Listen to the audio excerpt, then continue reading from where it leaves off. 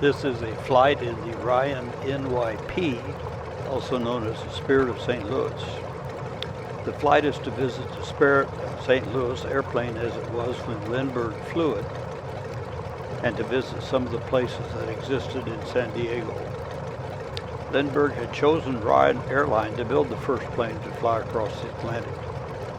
He arrived in San Diego early in 1927 and helped build the plane. Ryan Airline was providing flights between San Diego and Los Angeles at the time.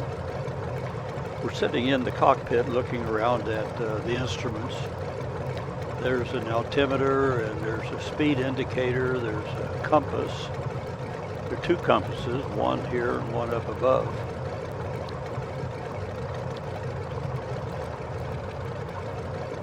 There's the other compass.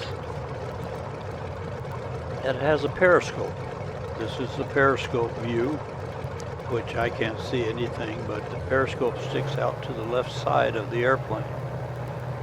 We increase the throttle and head on down the runway, and if you watch carefully, you'll see where the tail comes up. And then we proceed on down the runway on the two front wheels. And when we get up to about 60-65 miles an hour, we take off. Off to the right is where Ryan Airline was, and it was located in a place called Dutch Flats.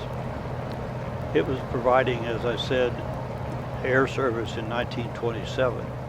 This is a Back to the Future look because we're looking at the San Diego airport as it is today. And that would be where Ryan Airline was. Off to the left is North Island, and you can see Back to the Future. That's one of the terminals here at San Diego Airport.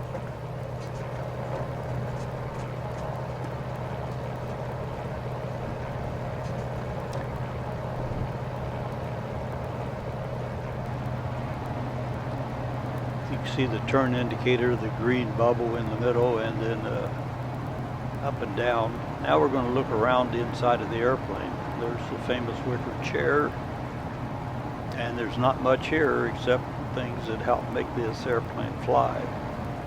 Lots of valves and so he could adjust the fuel as he flew across.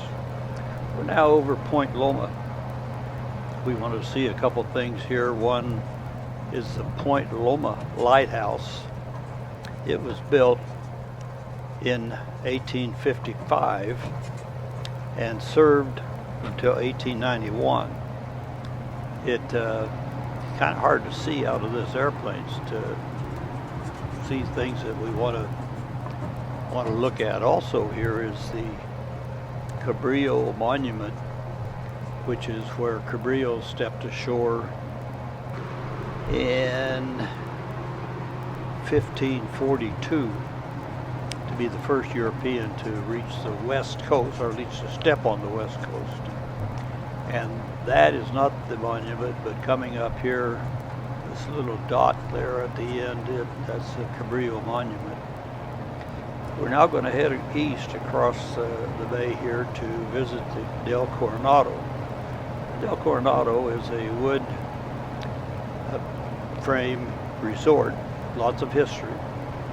It was built in 1888, so it was here too when Lindbergh took off.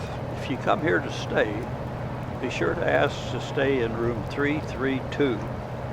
That is the room that where Kate Morgan committed suicide back in 1892, and they say her ghost is still there.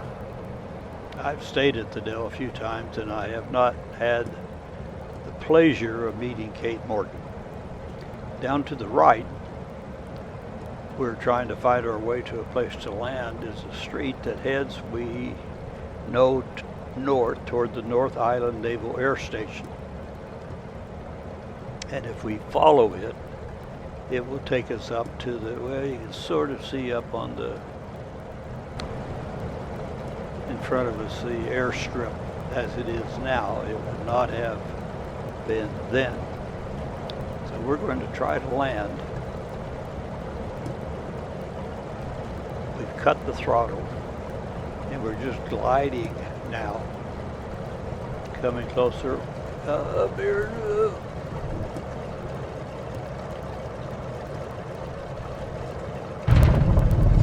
We did it. We landed on the dirt before the runway, but this plane's used to landing on the dirt. So we have arrived at North Island and have successfully landed.